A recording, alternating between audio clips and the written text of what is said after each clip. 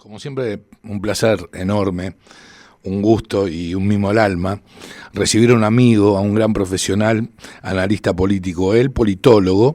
Me estoy refiriendo a Santiago Leiras. ¿Cómo te va, Santiago, querido? ¿Cómo estás, Silvio? Bien, muy bien. ¿Vos? Bien, bien, acá estaba revisando a ver la tarde, a ver qué novedades había, pero bueno, salvo un polaco que intentó preparar un edificio Sí. en Puerto Madero, no veo que haya habido nada nuevo en la agenda, por lo menos hasta mañana. No, seguro. Mañana va a ser un día clave.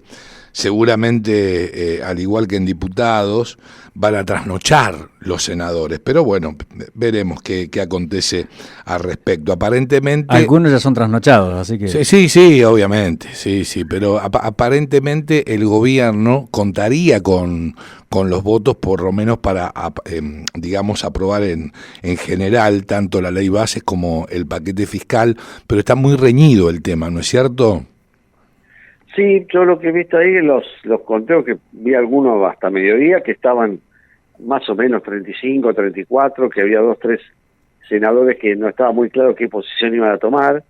Así que, bueno, mañana veremos. Habrá que estar todo el día conectado a Senado TV a ver cómo se resuelve eso, digamos. Exactamente. Ahora, han pasado 6 meses del gobierno de Javier Milei y lo que te solicitamos, porque nos interesa y mucho, es tu análisis en relación al balance de este medio año del gobierno de Milei. ¿Cuáles son los puntos que destacás al respecto? Bueno, por lo pronto lo primero que vamos a rescatar es que no fue Semana Santa, finalmente. No, finalmente no cayó en abril. Bueno, eso no se produjo por lo menos y bueno, eso es un dato bastante auspicioso, digamos, ¿no? Uh-huh. Bueno, dicho eso, mira, hay varias cosas que tengo un poco, que en realidad he sido comentando a lo largo de diferentes conversaciones con ustedes, notas y demás, ¿no? Y en una de esas charlas, notas y conversaciones que he tenido, yo le decía, alguien decía, mira, yo creo que Milei está en camino de ser dos cosas, o puede ser Scaloni o puede ser Sampaoli, ¿sí? Apelando, mi interlocutor, un tipo, un fanático, arquero de fútbol y fanático, entonces yo, mira, apelo a tu fanatismo futbolista y diría, mira, me parece que va o por ese camino o por ¿no? Y lo que yo te diría que en los primeros meses del gobierno, el sello me parece va más por el lado de Sampaoli que por el lado de Scaloni, ¿no? ¿En qué sentido me refiero? Mucho vértigo. Lo que noto es mucho vértigo, ¿sí? Mucho show, mucho rock and roll, y me parece que la contracara a eso son dos cosas, ¿no? Al mismo tiempo. Una es, que me parece que de alguna manera es como que intenta compensar con el vértigo, una es el problema de déficit en términos de la gestión política, uh-huh. y otro es el problema del déficit de la gestión técnica, ¿sí? Hay como dos cosas ahí, me parece que son dos tipos de problemas y déficit que me parece que el gobierno viene arrastrando hasta ahora, ¿no? Por supuesto, sabemos que el gobierno, o que Milei llega en un contexto donde, los votantes lo eligieron quizás no por estas limitaciones, sino a pesar de ellas, digamos, ¿no? Y hasta diría que hasta prescindiendo del interés por estas cuestiones, ¿no? Lo que interesaba era dar una especie de mensaje al sistema político, se tiró del mantel y se lo eligió a Milei, ¿no?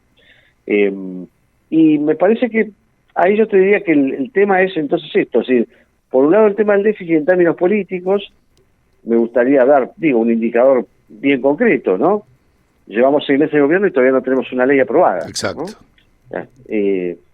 Y además con un detalle, que es, no hay una ley aprobada en un contexto en el cual, si bien uno puede encontrar sectores de la oposición que ponen palos en la rueda o que tienen podríamos decir, un estilo de oposición que por definición se asemeja a esa tesitura de Semana Santa, la oposición tampoco ha sido algo tan homogéneo, tan uniforme, muy por el contrario, nos encontramos con una oposición muy fragmentada o bastante fragmentada, en buena medida producto de la propia implosión de Juntos por el Cambio, entre otras cosas, que abría y abre, me parece, la puerta para justamente poder explorar esas contradicciones internas de la oposición y poder haber sacado de manera un poco más temprana algunas iniciativas que el propio Ejecutivo tenía como tal, digamos, ¿no? Me parece que en ese sentido ese es quizás el ejemplo más claro. Yo lo resumiría en la idea de, bueno, me parece que ha faltado política, ¿no? Por momentos, bueno, sí, Franco me parece que es como, yo veía el otro día un dibujo que era una casa que estaba agarrada o sostenida con muchos palitos, ¿viste? Bueno, Franco, parecía los palitos de todo Franco, digamos, ¿no? Es decir, Franco hace política, teje durante el día y después se teje por la noche, Milei teje por la noche, digamos, ¿no? Entonces me parece que ese es un elemento que me parece que es un déficit importante que tiene en ese sentido el gobierno, digamos, ¿no?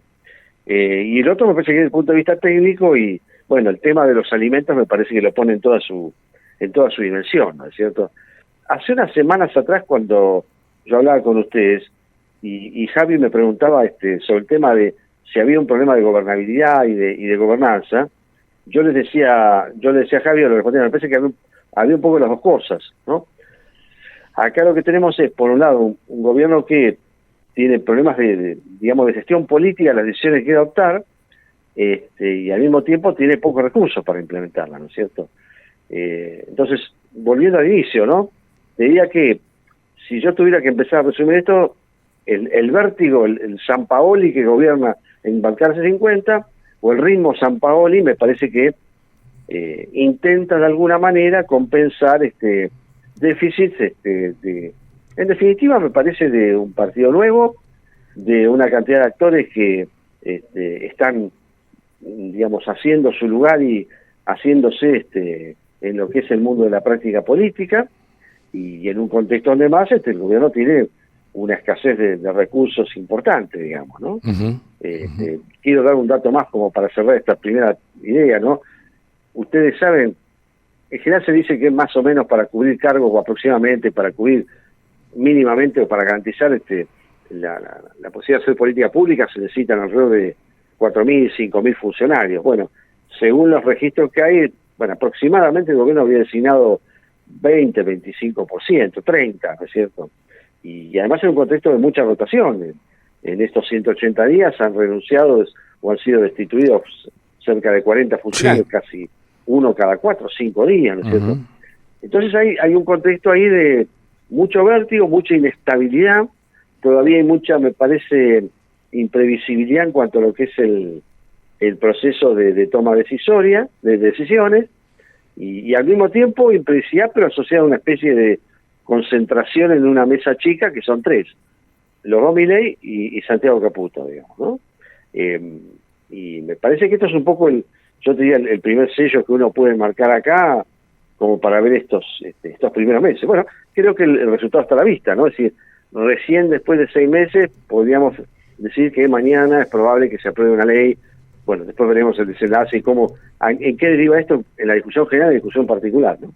Pero bueno, sí me parece que estas son las 3 palabritas que yo marcaría: vértigo, falta política, y hay evidentes problemas en cuanto a capacidades de gestión de lo que es el programa que se pretende implementar, digamos, ¿no? Está claro.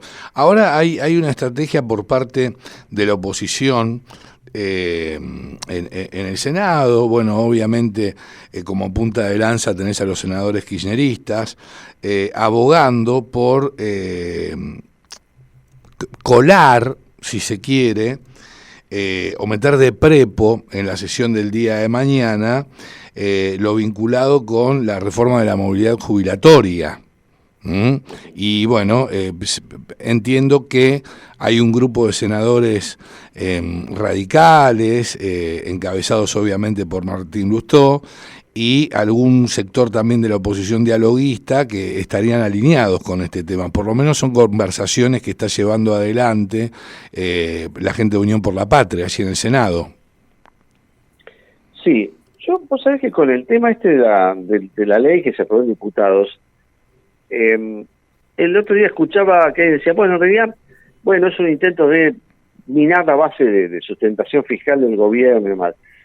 Independientemente de que eso puede ser un argumento válido, yo creo que hay otro, quizás más profundo aún, que es la aprobación de la ley jubilatoria o la ley de jubilaciones en la media sanción, mejor dicho, en la Cámara de Diputados. Me parece que fue más un mensaje, ¿no?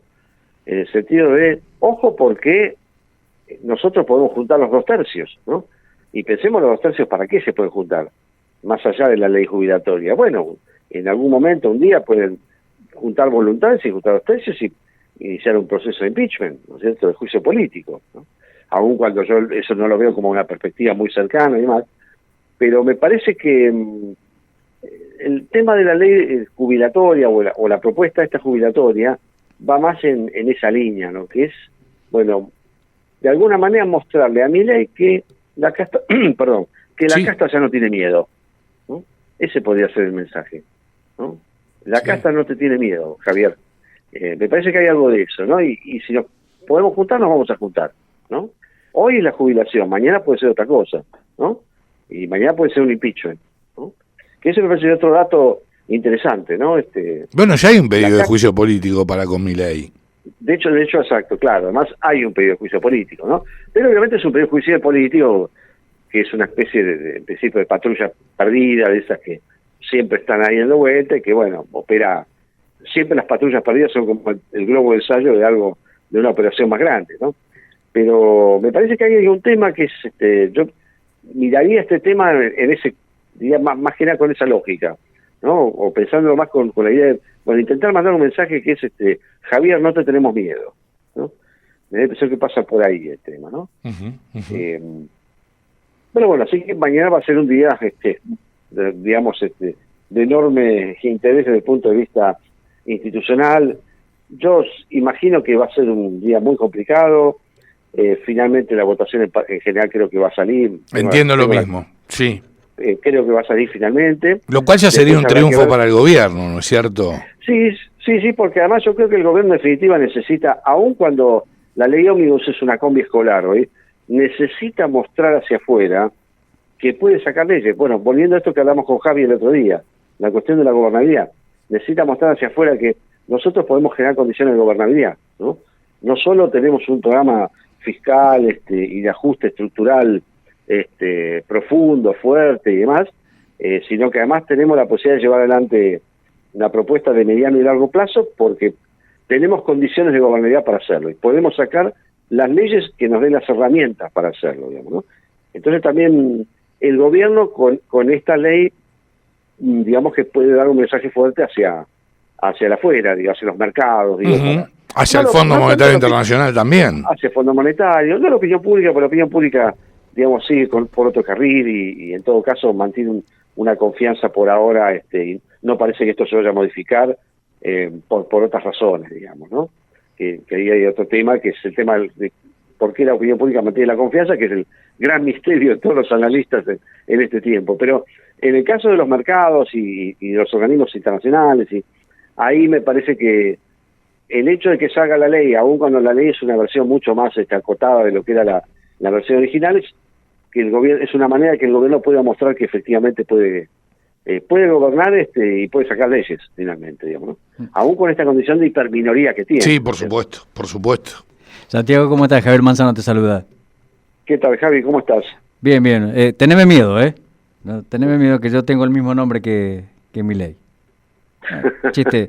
Viste, por la duda, por eso te estaba citando ahí muy seguido. Sí, claro, exactamente. Me di cuenta, me di cuenta. Por ahí yo citaba permanentemente, digo, para que... Es mejor tenerlo de amigo. Santiago, hay 13 gobernadores, ¿no?, que están apoyando y haciendo fuerza justamente para que salga la ley base. De esos 13, hay 3, ¿no?, que son justicialistas, peronistas o que están con Unión por la Patria. ¿Vos cómo ves que estos 3 gobernadores, no te hace ruido, digamos, que hayan 3 gobernadores de la contraria tratando de apoyar una ley que justamente todo su partido está en contra? Bueno, yo supongo que en ese caso, si estamos hablando de Jaldo, digo, se me ocurre, claro. No sé si entre otros, por ejemplo, también de Jaldo.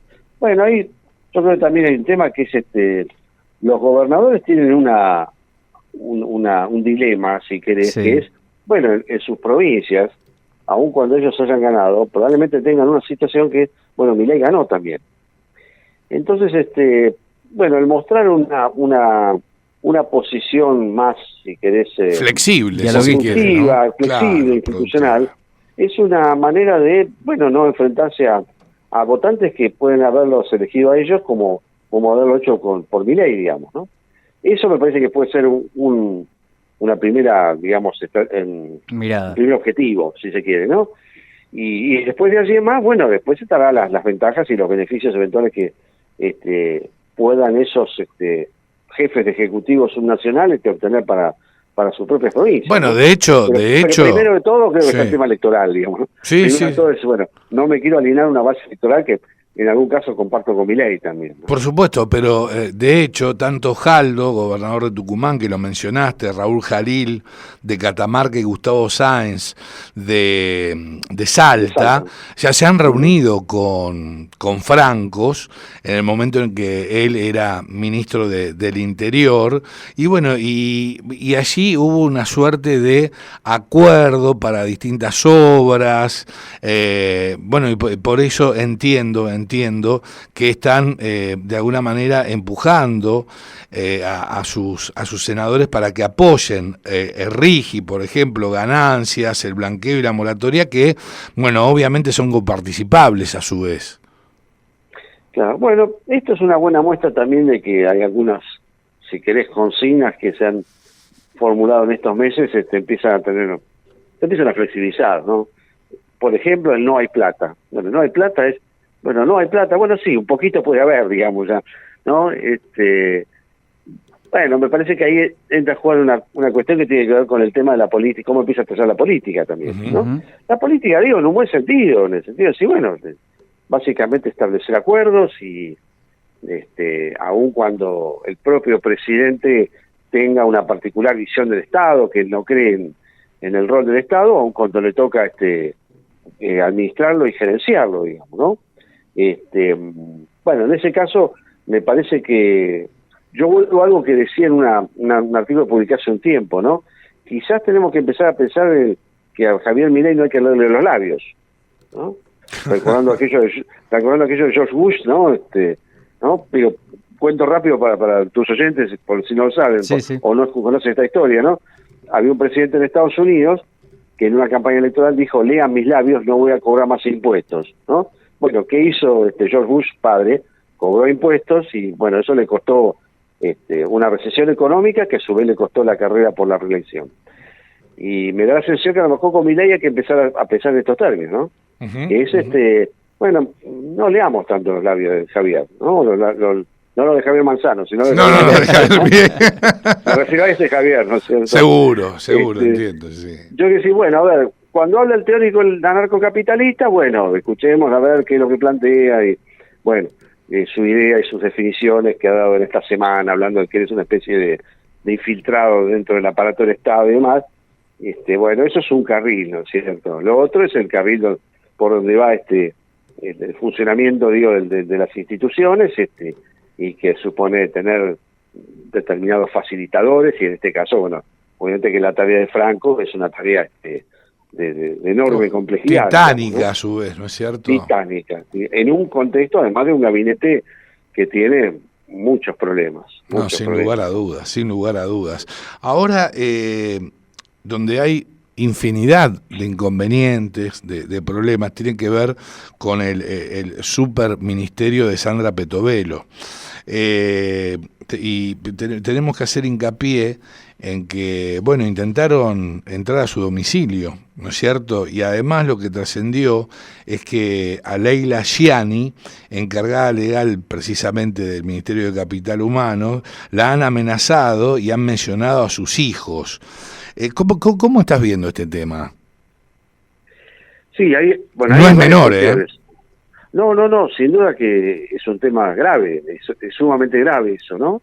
Mira, yo creo que hay varias cuestiones. Una es el tema, por un lado, de la gravedad de las amenazas. Bueno, obviamente actores que entienden que un nuevo orden de cosas amenaza amenaza un status quo que lo favorece, que amenaza kioscos y que amenaza negocios particulares, bueno, hacen uso de todos los recursos disponibles que tengan, ¿no es cierto? Esto es una descripción, digo, no es que la estoy justificando ni mucho menos, por supuesto. Lo otro es el tema que vos mencionabas de Petovelo ahí, ¿no? Yo, desde que se creó ese ministerio, siempre me llamó la atención, porque en realidad no es que es un ministerio, esos son 5 ministerios en uno. Claro. ¿Sí? Es decir, porque ahí está trabajo, está salud, está educación, Entonces, y además ministerios de un volumen, ¿no es cierto? Pongamos, bueno, poner el caso de educación alternativo, poner finalmente educación, el grueso de educación, el peso que hay son las provincias, y en realidad el Ministerio de Educación solo usa el tema de la relación que establezca el Estado con las universidades. Ponerle por ese lado. Pero después tenés dos pesos pesados ahí grandes, digo, tenés trabajo, trabajo implica el tema de la relación con los sindicatos, tenés el tema de salud, y todo eso implica la relación con las empresas privadas, con las organizaciones sindicales, con los movimientos sociales, y me parece que es un ministerio de un volumen muy grande, que yo creo que inclusive una persona con experiencia política terminaría estresada, ¿no? Estos días yo he escuchado varias veces que decían que, bueno, Petovelo tiene ganas de renunciar, que no da más y demás. Yo creo que es lógico, me parece hasta lógico. Por supuesto. Es una persona que no tiene experiencia política. Sí, vos pensás, era una persona que era una productora de un programa de un periodista muy conocido, ¿no? De Majul, para poner nombre, ¿no? Sí, era una productora del programa de Luis Majul, ¿no? Entonces, de producir programas periodísticos a un salto de este tipo, es un salto muy grande, es un salto sin red, ¿no? Yo creo que un político, inclusive con experiencia y con conocimiento del Estado, le quedaría grande el traje. Imagínate en el caso de Petovelo. ¿No? Más allá de la extraordinaria labor que llevó adelante con respecto y que está llevando adelante en torno a la lucha de la corrupción del ex Ministerio de Desarrollo Social, claro, ¿no es cierto? Sí, eso yo no lo discuto, ¿no? A lo que me refiero es, bueno, te dieron un traje enorme porque tenés que manejar muchas cuestiones muy complejas, y que cada una de ellas es un ministerio en sí mismo, digamos, ¿no? Y encima no tiene asesores que la acompañen. Y además no tiene, bueno, ahí también otra vez, volvemos al tema de los funcionarios y los facilitadores, digamos. Tampoco hay facilitadores como para esa tarea, ¿no? Exacto.